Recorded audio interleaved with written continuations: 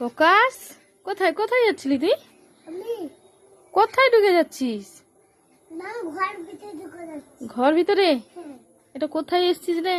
এরকম জঙ্গল মতন কোথায় এসছিস তুই? ছাদের উপরে?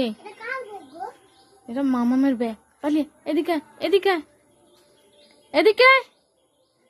এটা মিলবো, এই এই গাধাটা মিলবো।